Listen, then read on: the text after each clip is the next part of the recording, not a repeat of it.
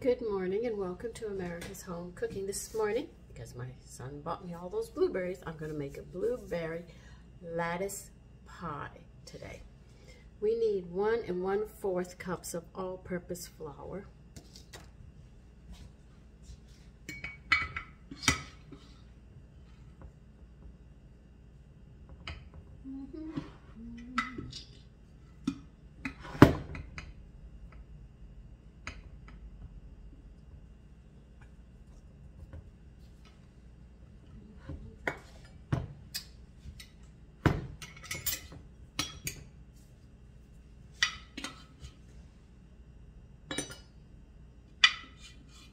I might have to go get more flour out.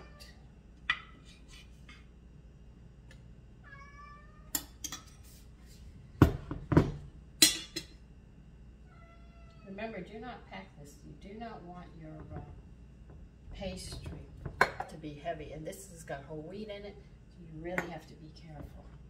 White flour, you can make it light, but when you work with whole wheat, if you make a mistake like that, you can end up with a problem.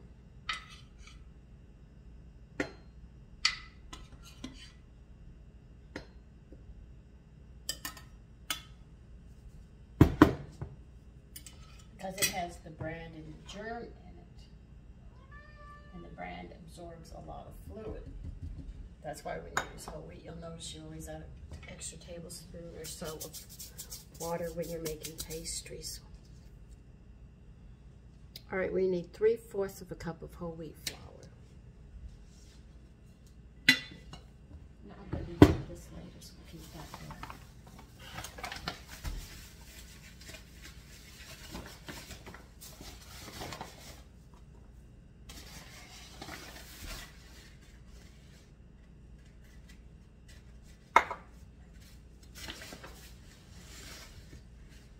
Because this is nutritious already, we don't even have to add to it,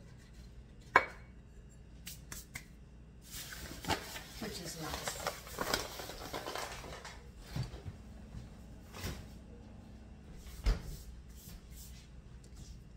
And we are going to need a 1/2 teaspoon of salt.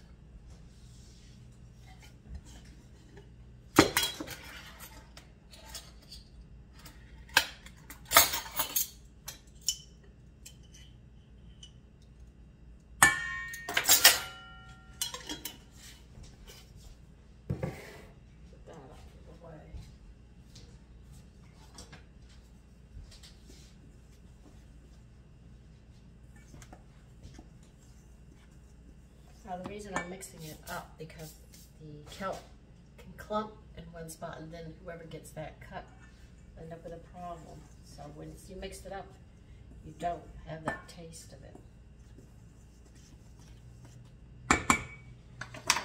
Now I need 2/3 of a cup of chilled shortening. I have a 2-cup measure here. I am going to add 1 1/3 cups of water.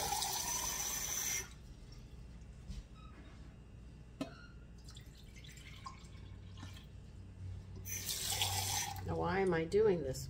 Well, you minus 2/3 from 2 cups, and you're left with 1 1/3 cups. So what you do is you add that water, and then you start adding the shortening, and the water level will move up, and when it hits the 2-cup line, you have exactly 2/3 of a cup of shortening.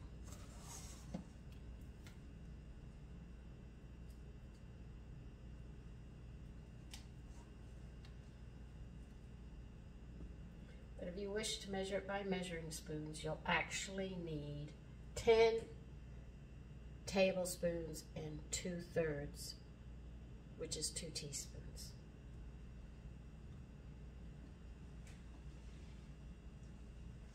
I had to learn all the different ways of doing these measurements.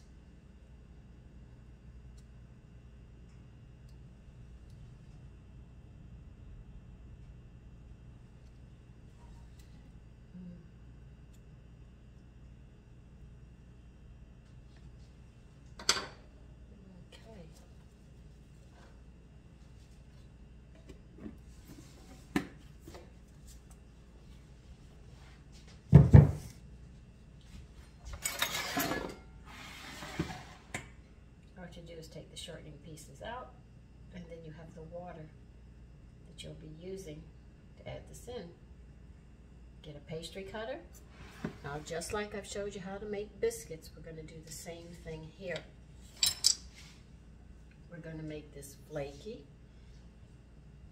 So as you can see, if you can do biscuits, you should be able to make a pie crust. The hardest thing is when you go to roll it out and stuff, if you're unaccustomed to handling it. And we're going to cut this shortening in here. That's why people learning to cook usually learn to do biscuits first, and they do simple breads and stuff like that, so you get accustomed to these things. But we're going to make this very flaky, but the only difference is we have to add the water slowly, because if you add it all at once, you're going to mess it up. Whereas in making biscuits, you make a well and you put it all in.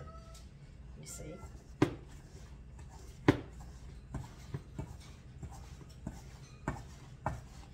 Another thing people don't do because they buy crusts today, they sit there and they don't know that you have to put wax paper in the bottom of your pie plate, because the bottom of the pie will burn and the wax paper will prevent it.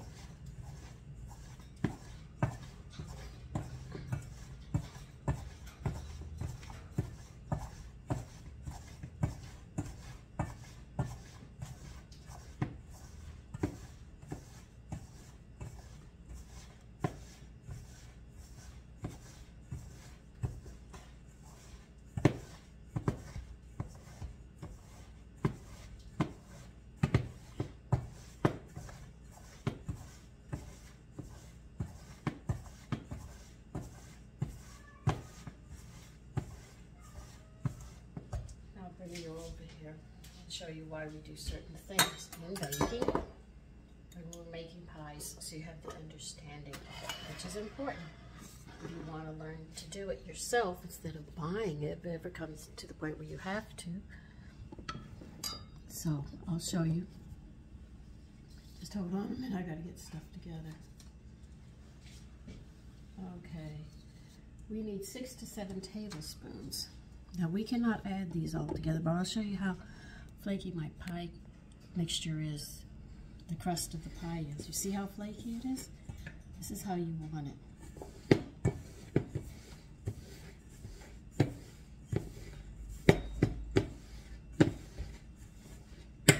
See, I haven't handled it, and you can see.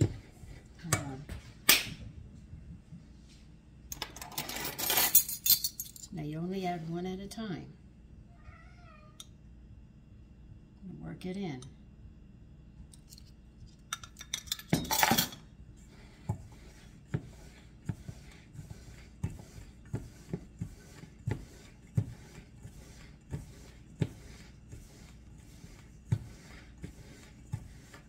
See how it's coming together slowly? That's what you want.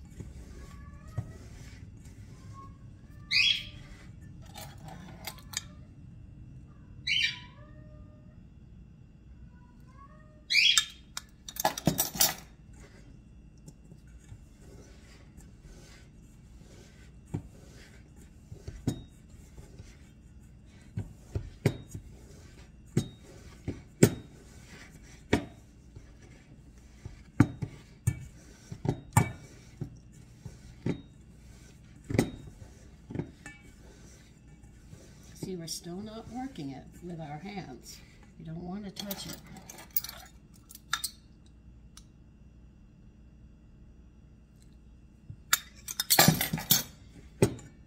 And like I told you, you're going to use a little more water when you start using whole wheat, because that German stuff will absorb more fluid.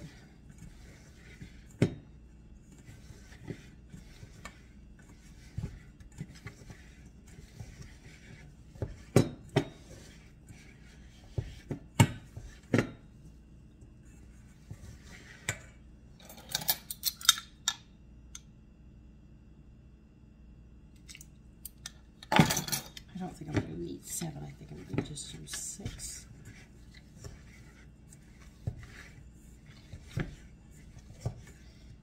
See, what I was trying to learn how to work with whole wheat, because my mother liked all-purpose flour. That's what she used in everything.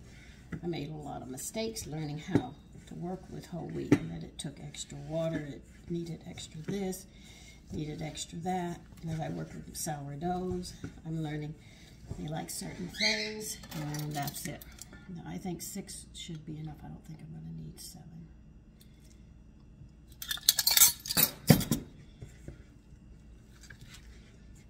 Work it in, and then we're going to wrap this in saran wrap, which you've seen me do. You know it is plastic wrap.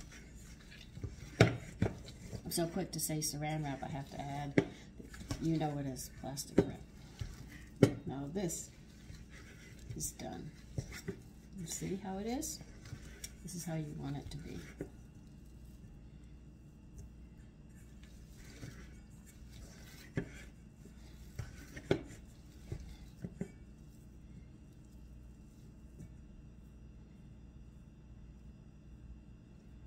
Now, the reason we chill it is for it to set. Because if you try rolling it out now, you'll have a whole lot of flour on the counter. You keep on adding it, it's going to stick and everything else. So I'm just gently going to put it in the water.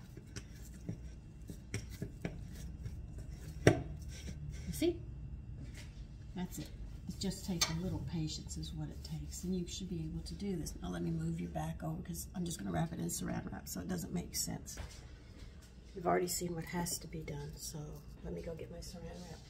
Did I set that right? No. You're going to tilt over.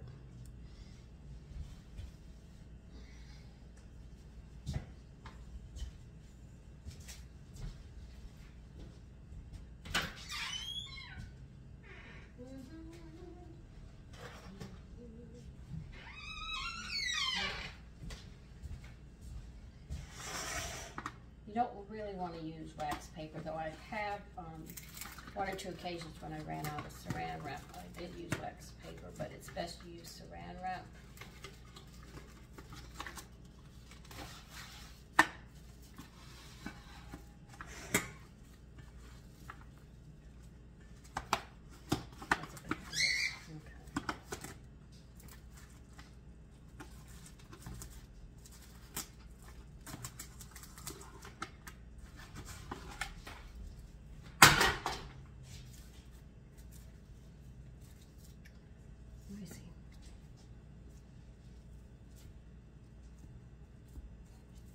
Just sort of put it in the disc.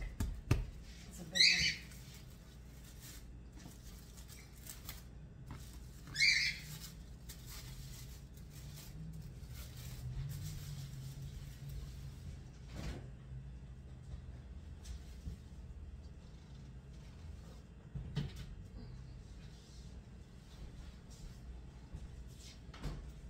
Now, I don't think that was difficult. Let's get that pie plate out, and I'll show you how to measure them.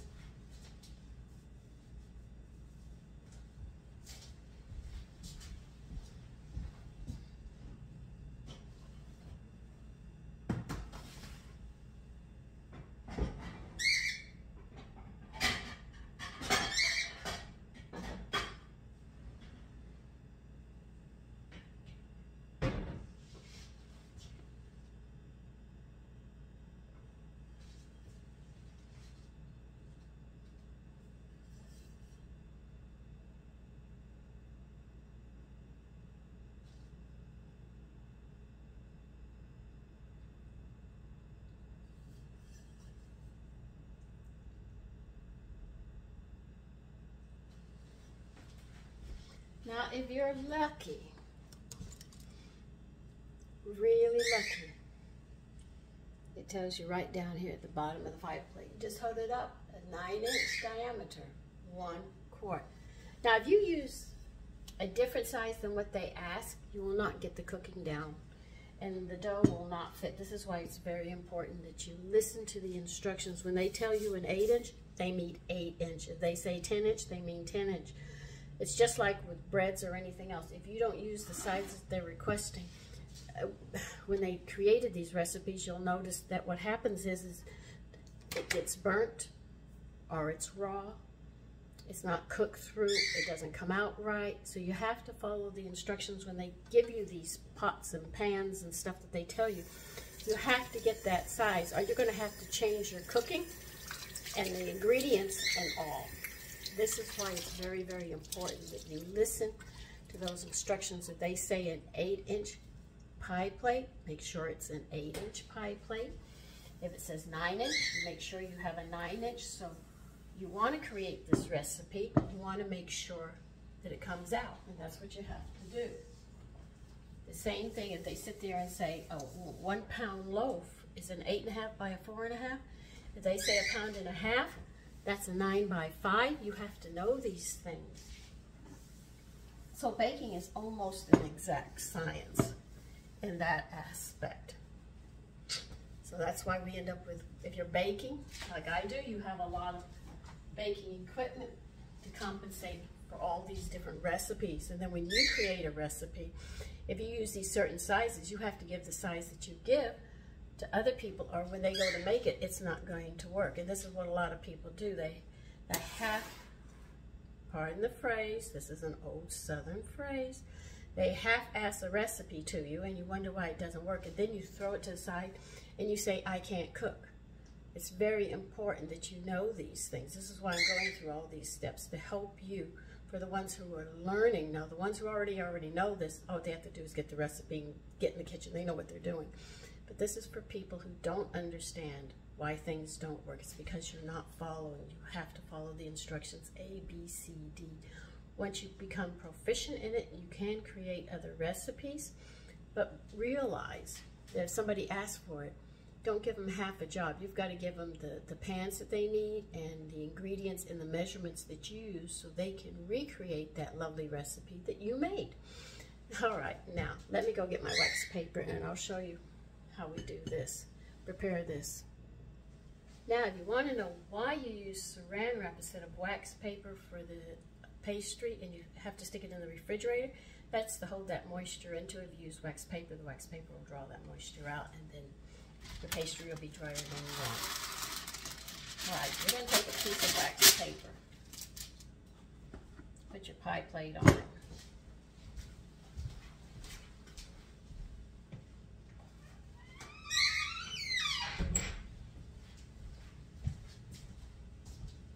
Okay, so you're going to have to stabilize this pie plate right here. So you go put your hand on it. All right. Take a regular school pencil. My mother always had one in the kitchen, so I'm very familiar with this. What you do is you reach in and you draw a circle. Another thing that you always need in the kitchen is a pair of scissors. And a ruler helps too. There are things you need a ruler for. If you bake the way I do, you need this equipment so you can do these things properly. I don't have a lot of candy equipment because I don't make candy. But like I said, my girlfriend said she's going to show me. Anytime I try making candy, it ends up in the trash. All right, now I have drawn a circle around here. Get a pair of scissors. Get kitchen scissors. You can usually find them in your grocery store where they sell odds and ends of quick cooking equipment. And what you're going to do is cut this circle out. Now remember, the reason you're doing this is you want to make sure that your pie doesn't burn on the bottom.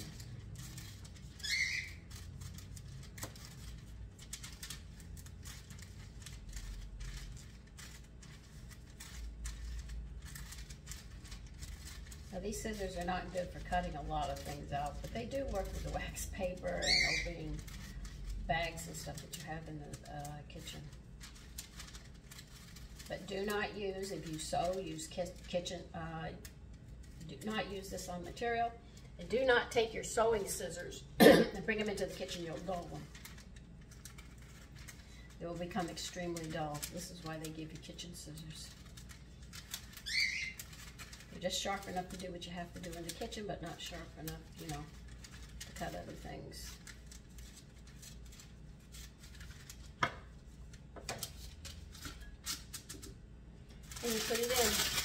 And now, when you go to cook the pie, you know the bottom of it will not burn because of this one little step that you do. Now it says I have to wait. So we're going to be waiting before I can do the filling and the crust and all. So we have to wait and let that dough cool. Okay, we're going to start putting the filling together now. Now they want us on a low flame, or a low heat is what they say. They want us to add 2/3 a cup of granulated sugar. This is 1/2. I'm going to find my 1/3.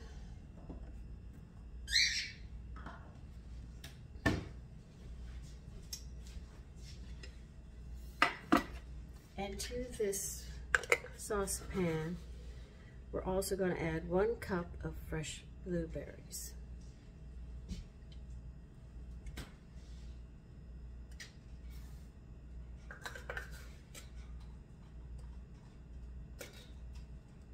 Okay, if you want to stay there, go ahead.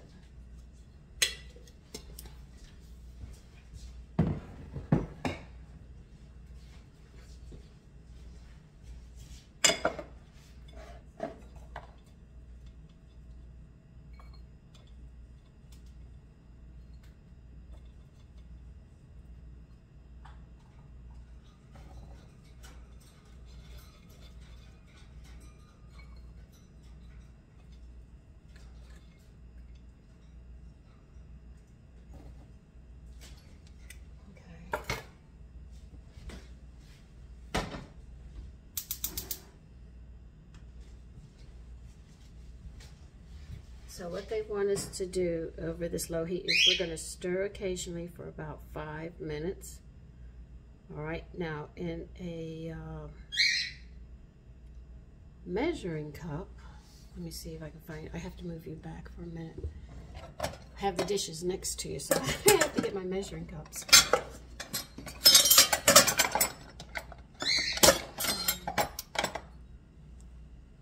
Okay, you can come back. We are going to need 1/4 of a cup of water. Blueberries back here for now.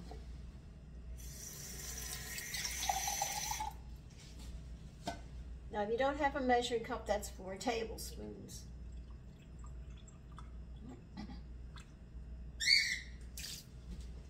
And they want us to add 3 tablespoons of cornstarch.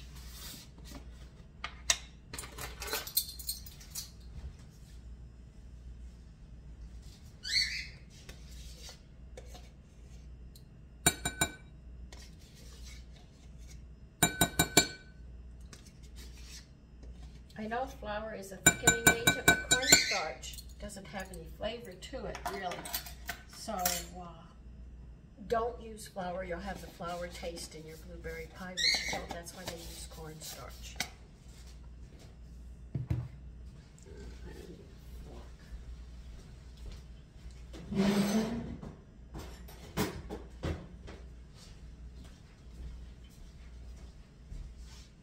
You're going to mix this up.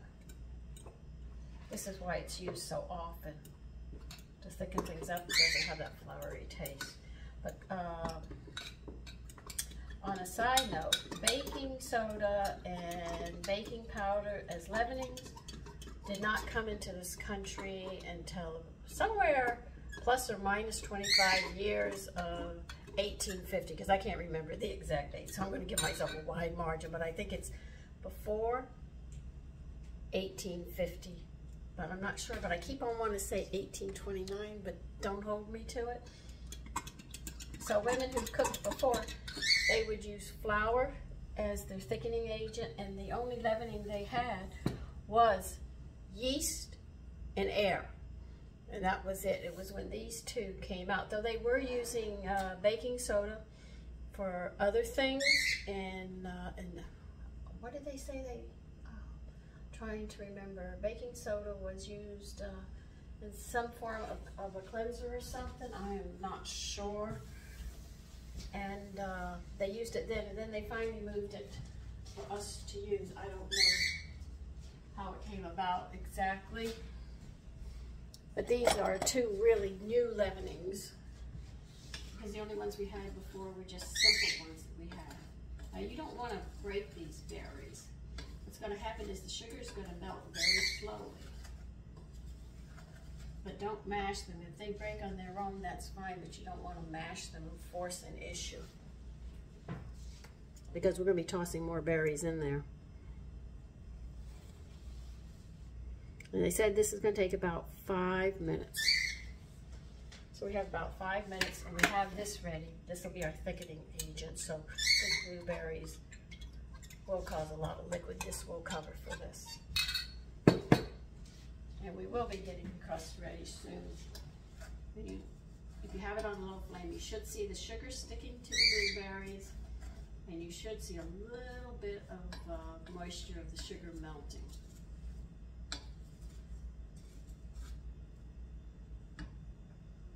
We got one berry that popped. It must have been on the bottom with the sugar on top.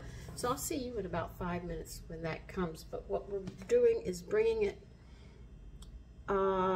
they just want to do this for 5 minutes, because then we're going to start mixing other stuff with it. But they say just on a low heat, stirring occasionally, and I'll be back in 5. Do watch it, the sugar will burn if you're not careful. That's why I am working it.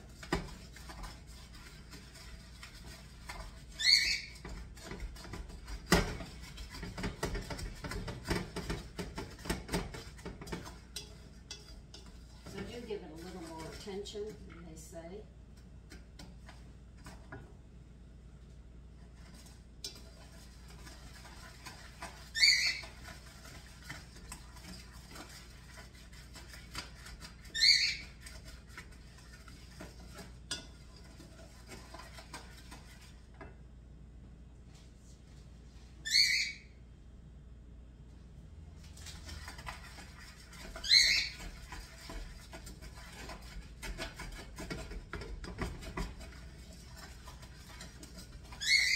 Some of the berries don't rupture, and some of the berries will rupture.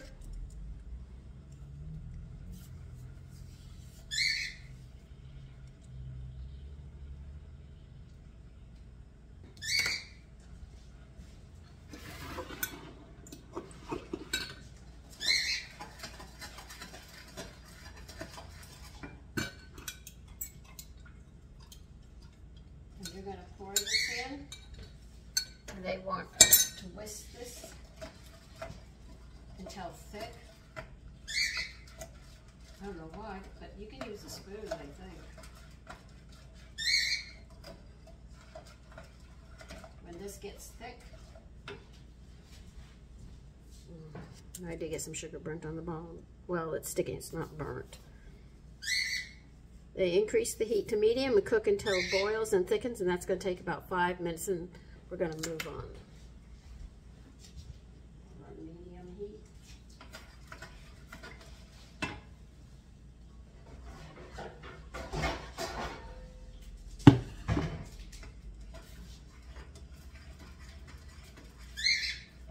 Once this thickens and has come to a boil, we want us to pour it into a bowl.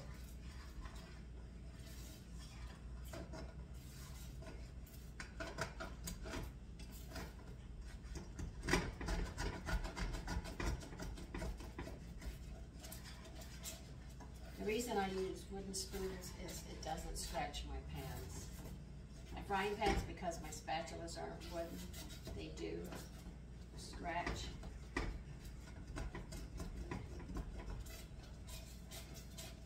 But you want this thick.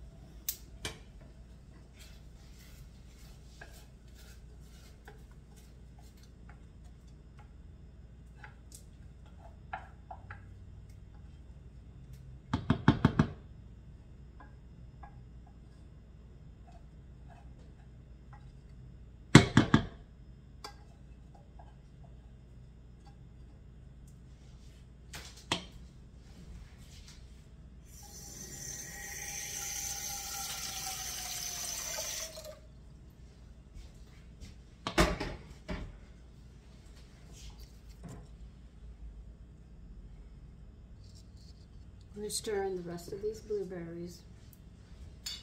Remember, we use 2-pint containers, or if you have your fresh, that's 4 cups. We're going to add some nutmeg. They say 1/4 of a teaspoon.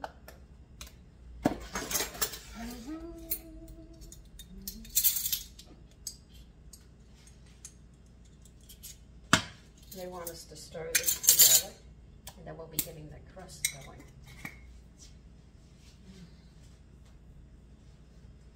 Because I think that's all they want. Yep. So mix this all together.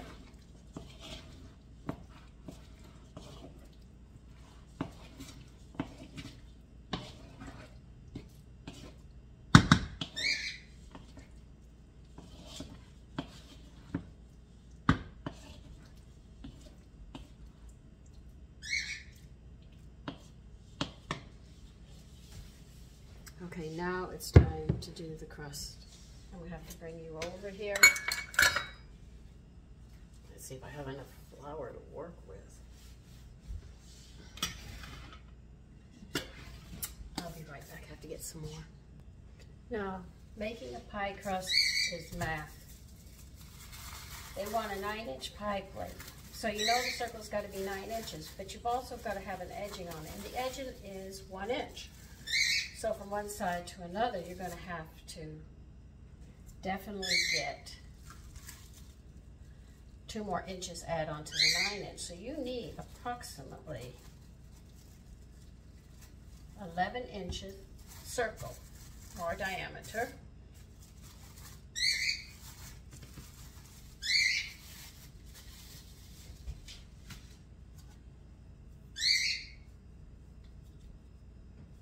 So that's how you do it. If you have an 8-inch pie you're making, you need to sit there and just add 2 inches, and that would be 10.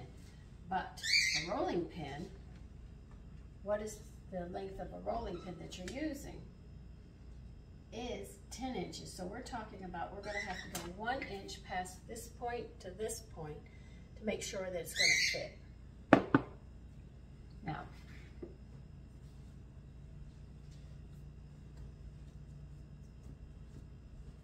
you can pat this out a lot before you start rolling it out, and you can control the circle better like this.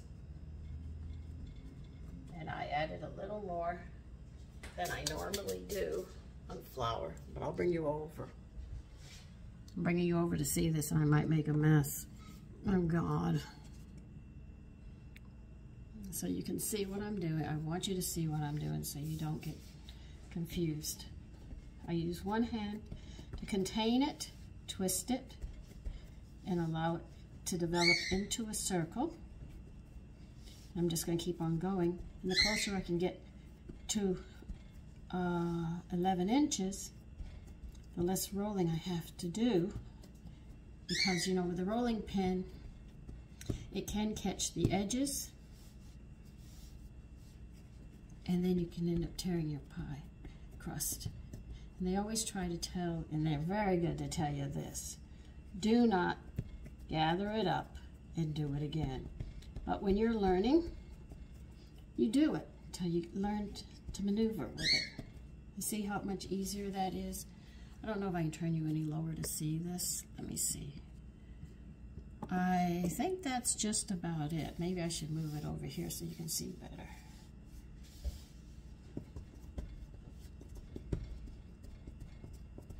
And if you feel it's going to start sticking to your hand or to your palm, put some flour on it. And you just keep pressing out.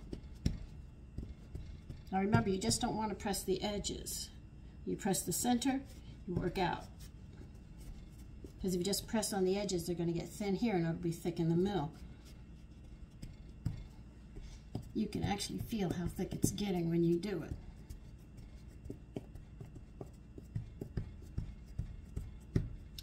How far have we gone already? We're already up to 9 inches. Wasn't that fast? And we're just pressing it out right now. We're not even at the point of really rolling it yet.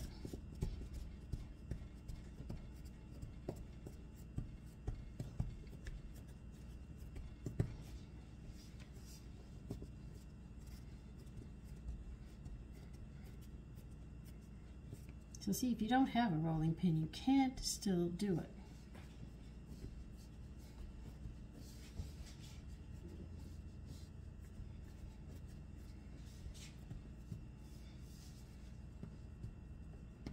Now the edges start to crack, I start pushing them together. I'll hold the circle where it's at and keep pushing till I can get them closer together.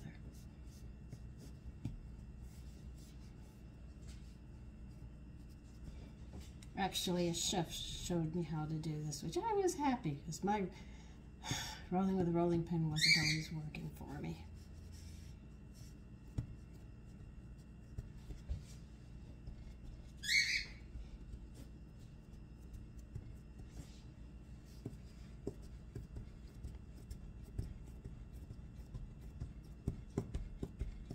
As you get wider, you'll notice that the growth of it is going to be less.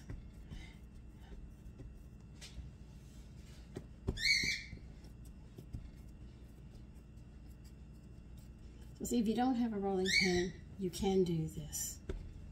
Do it this way.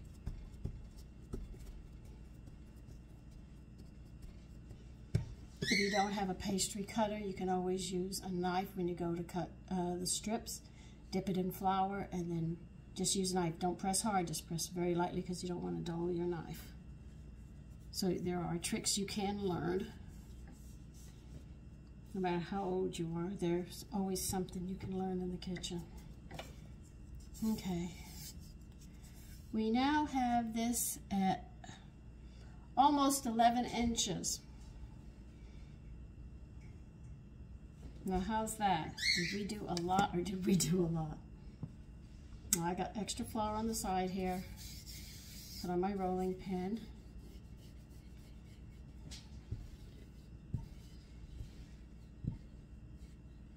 I'm not pressing real hard, but I'm pressing enough just to get it to move a little bit.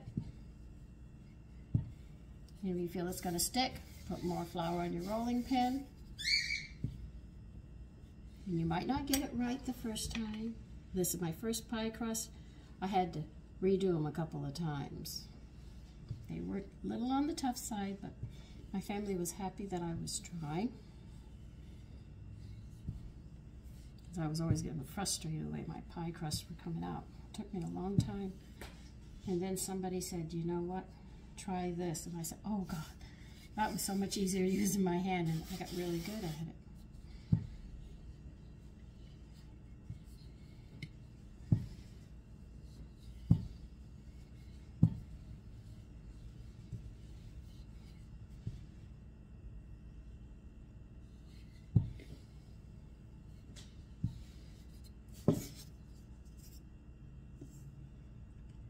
We're clearing 12 inches for that little bit that I did.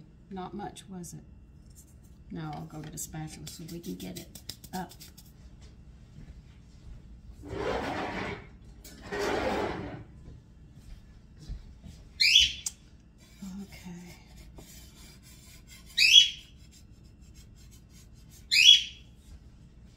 Now the reason I do this is because I know they stick.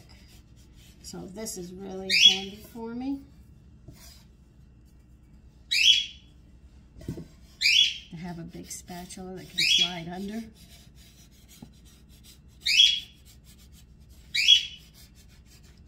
And you actually feel it.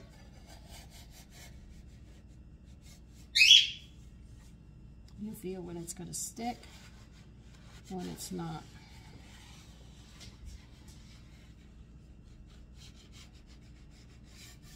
Okay, we got it free. Now most chefs and parents, if they make their pie crust, will tell you, fold it in half, slide it in, no big deal. Mine always cracks.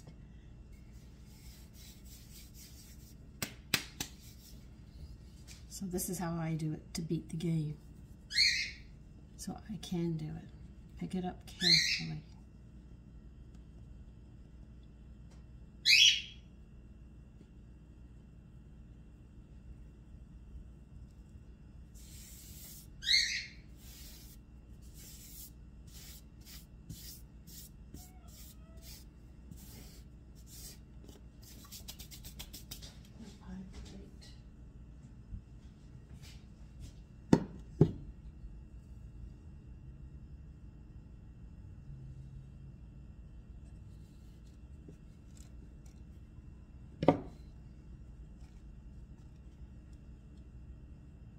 See?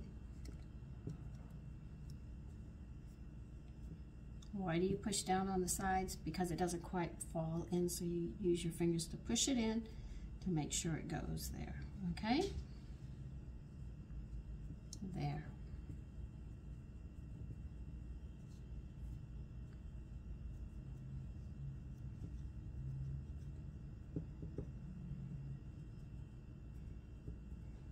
Let's see, how do I want to do this? I gotta think of how I want to do the crust on this before I put this pie together. I think I'll fold some back where it's thicker.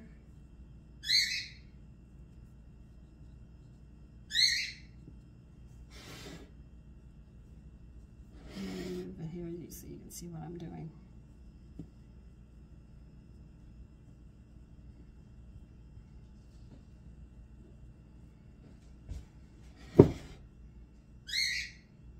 I'm actually folding it next to the pie plate, not on the inside, but between the pie plate and the crust.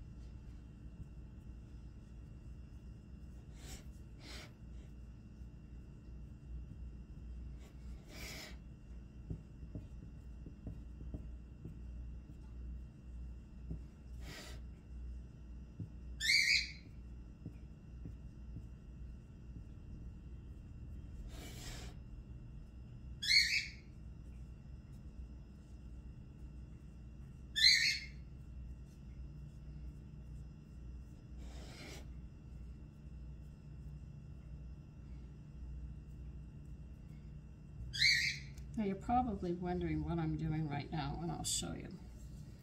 You see here, you have the edging here. I'm pushing it off the edging here. That's all I'm doing. So it gives a slight little lift, because what they want us to do is a little different than what I expected.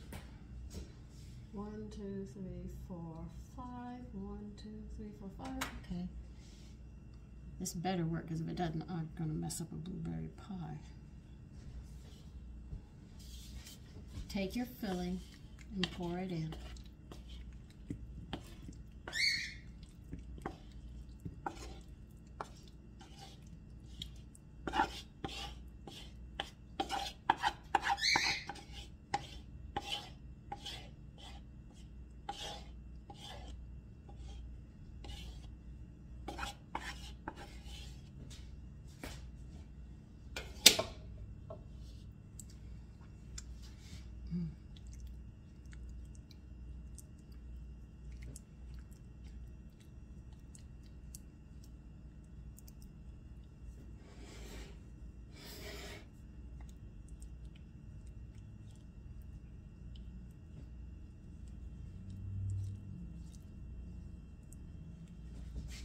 Be careful not to touch the crust, because we're not done with it yet.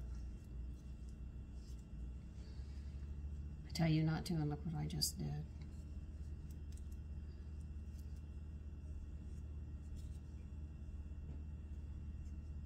Okay.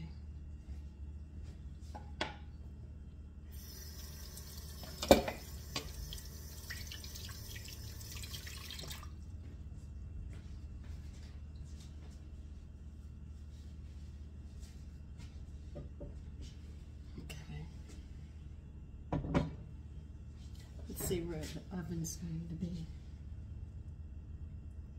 All right.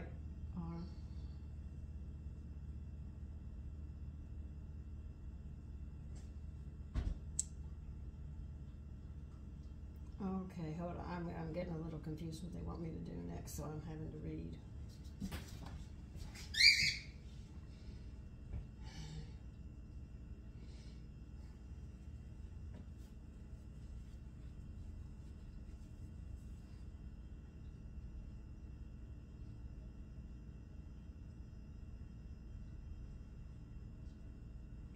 All right, place one oven rack at the lowest level and one in the middle of the oven. Mine are already there. Okay. Set your oven to 400. All right. We're going to have two temperatures we're going to be cooking this at.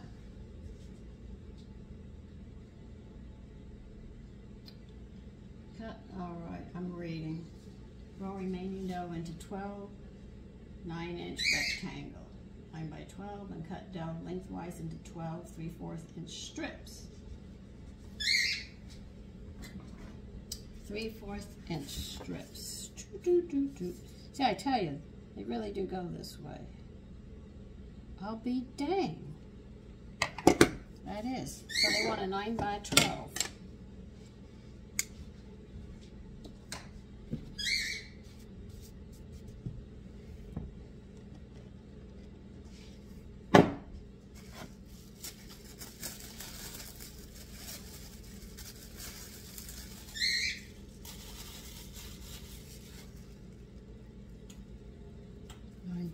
We might not get a 9 by 12. Okay. I'm going to be doing the same thing, just pressing this out and containing it so I can get what I need, because I want this in a rectangle.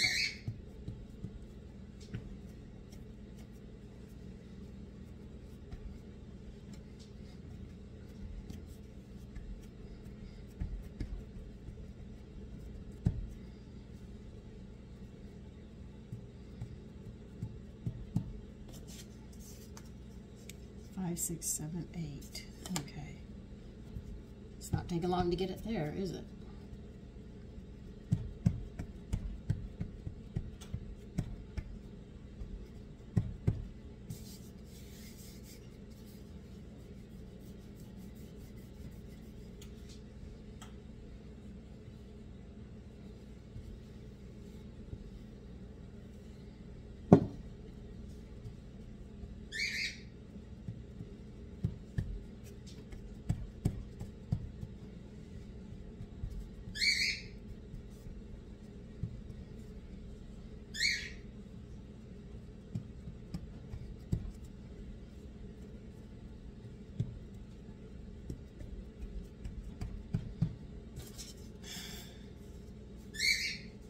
That's 9 inches. What size is this? This is almost 9 inches.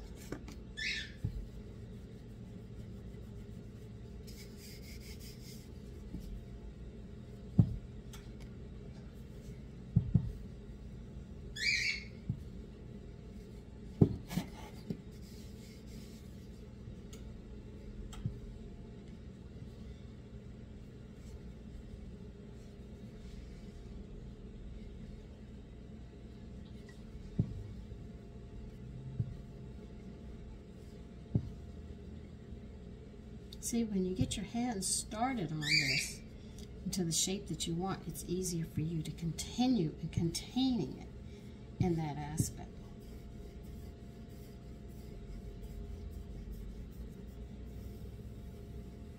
That's why I use my hands at first to get the rectangle going, and then you can deal with it.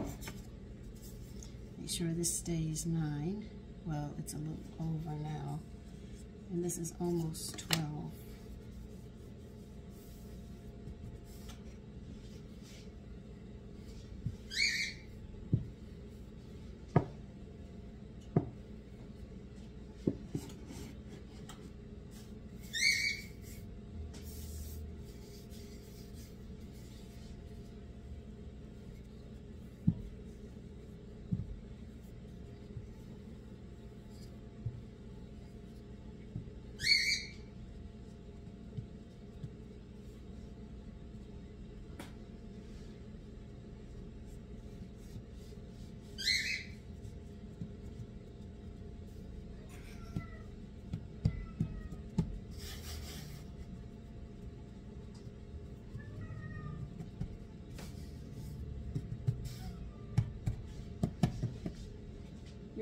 of food. Don't complain, Taffy.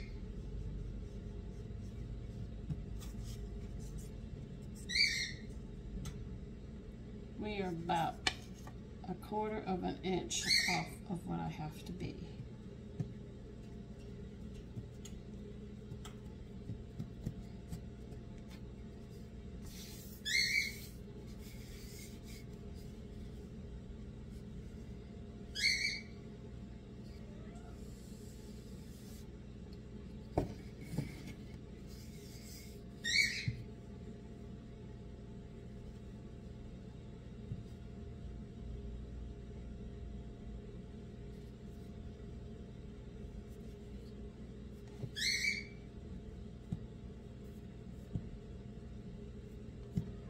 Now, if your edges are a little short, we're going to use them on the edges of that pie when we go to make the lattice topping. 10 inches. Well, that's longer than I wanted. All right, we'll pack the sides in a bit. This is nifty. Okay. Well, it's not going to go the way I want. Okay.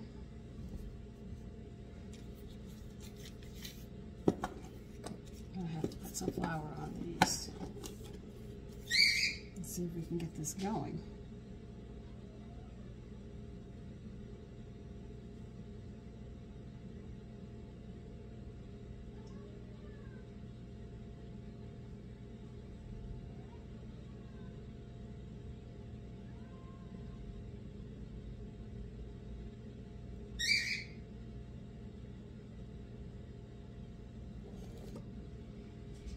Okay.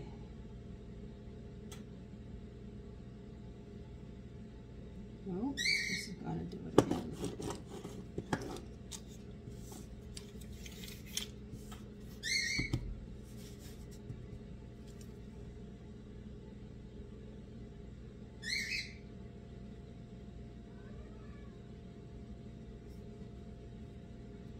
Oh, come on. Don't give me a hard time. Okay, you're going to.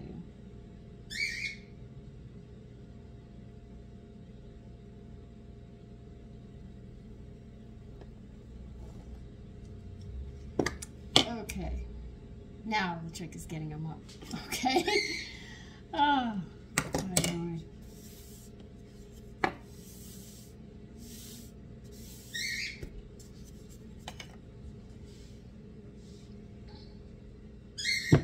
I have 1, 2, 3, 4, 5, 6, 7, 8, 9, 10, 11, 12, 13, 14, 15, 16.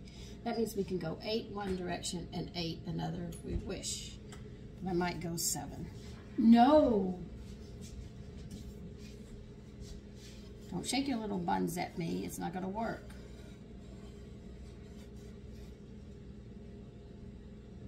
All right, those are the edges.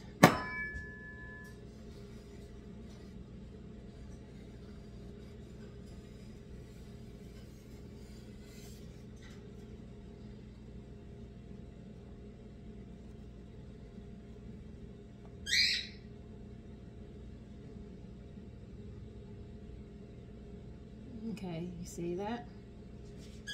It's one.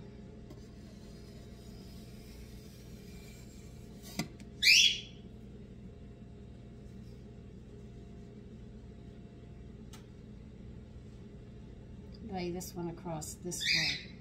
By laying them across this way, you will get a lattice topping without breaking them or having to fold them or anything. It will just come naturally.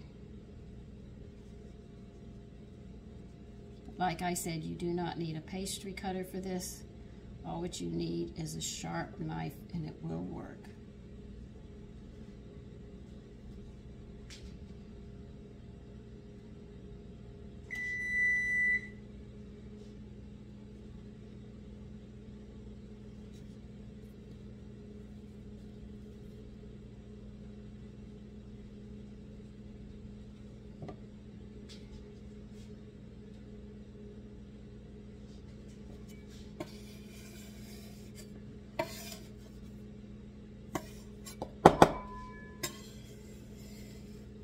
See, I didn't release the dough, so I'm doing it now.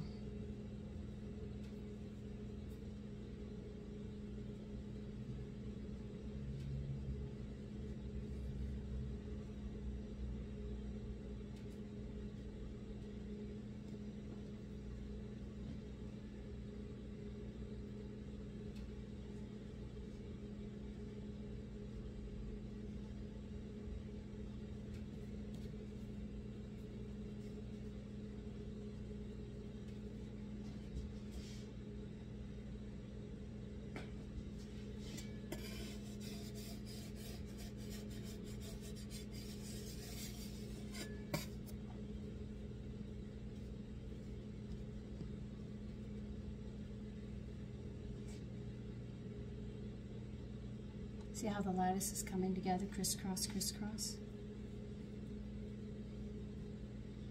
I had you on the side over there and you really couldn't see it. Some of you were asking, so I brought you closer in so you could see better.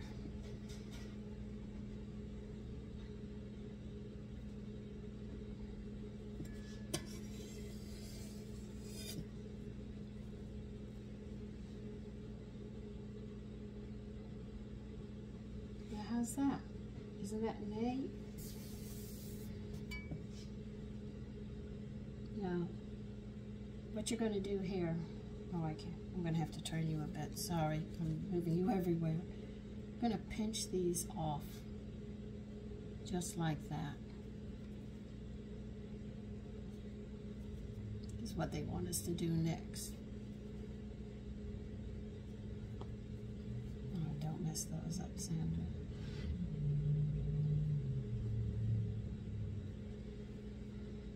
Okay. And you pinch them off just by pressing them next to the rim of your pie. I'll show you how to do the handles in a minute. I'm just trying to get these done without messing up my strips that I have to use.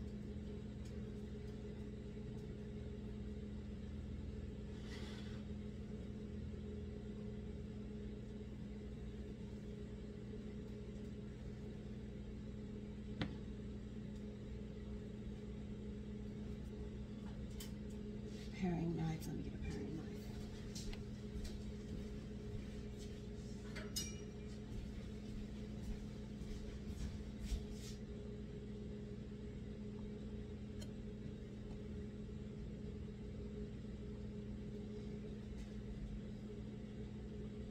See, they want us to put a different topping around the edging here, so we're going to do it the way they told us to do it.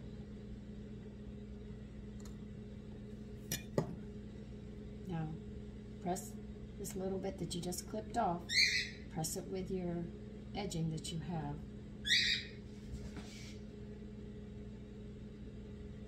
It's going to be very important.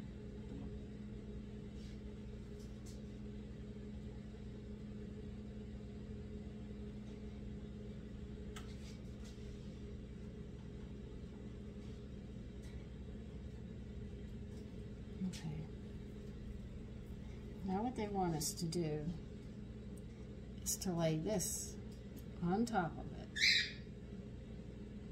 to give it a more of a finished edge.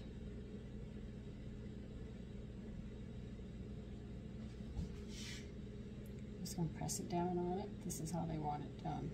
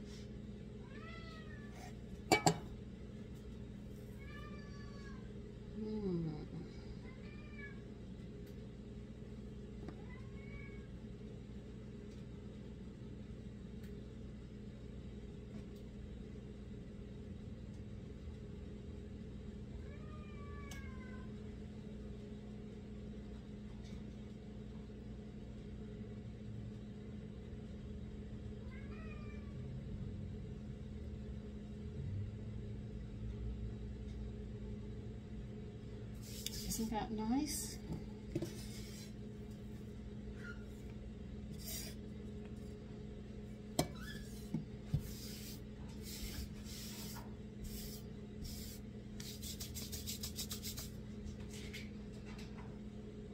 There. No, there's one more thing we have to do, I think. So hold on. All right. Fruit edge. She didn't really float it. Okay, we need an egg.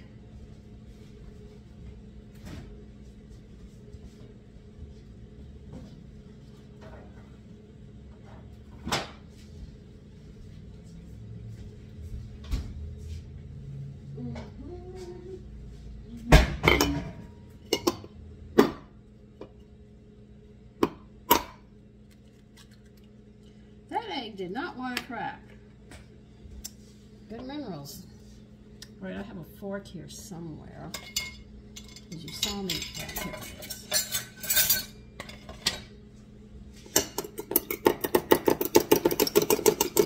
Remember, hold your fork vertical, which is like this, so you beat the air into it, and beat your eggs beautifully.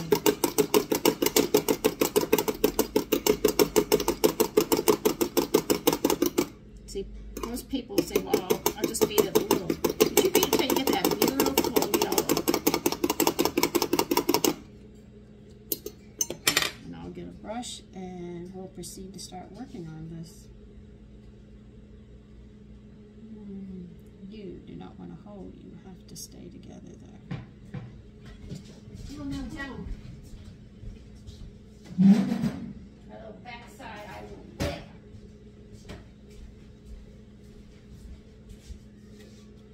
Alright, now what you're going to do is gently brush these. Don't press too hard, because if you do, you can mess them up. Make sure you get them all, every little one. Egg is a binder, so it'll help bind this somewhat together.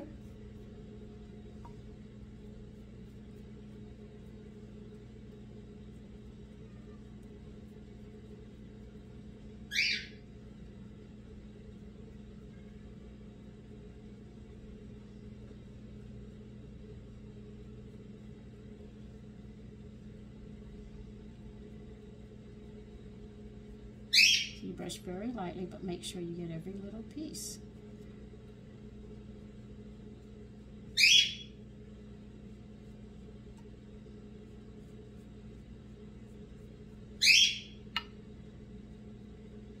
And for those of you who say you can't do it, you can do it, but it just takes time, that's all.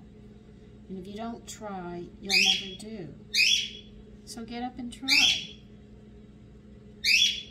If your family makes fun of you and you're trying to do this, at least you're trying. And it tells you how much they don't respect what you do.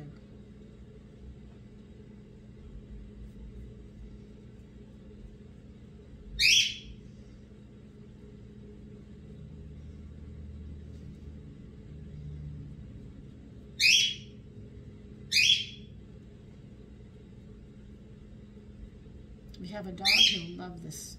The egg. Now there. You saw what goes into making a crust. Alright, now they want us to bake for 15 minutes on the lowest rack at 400. So I'll move this rack out, get it down here, and then we'll move it up to the higher one. Whoa, that's cutting it close.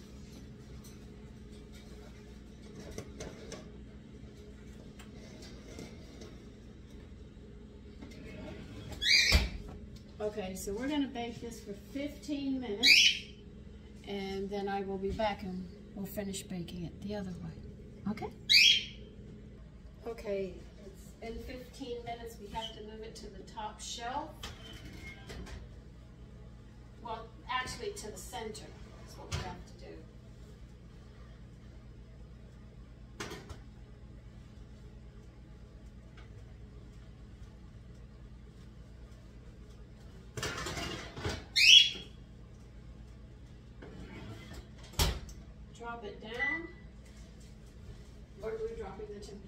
to drop your temperature down to 350. We're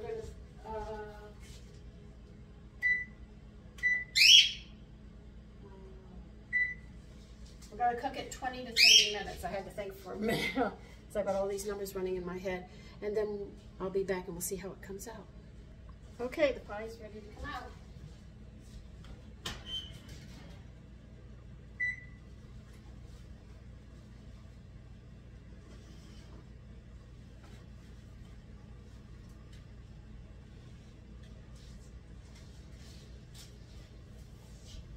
And here it is.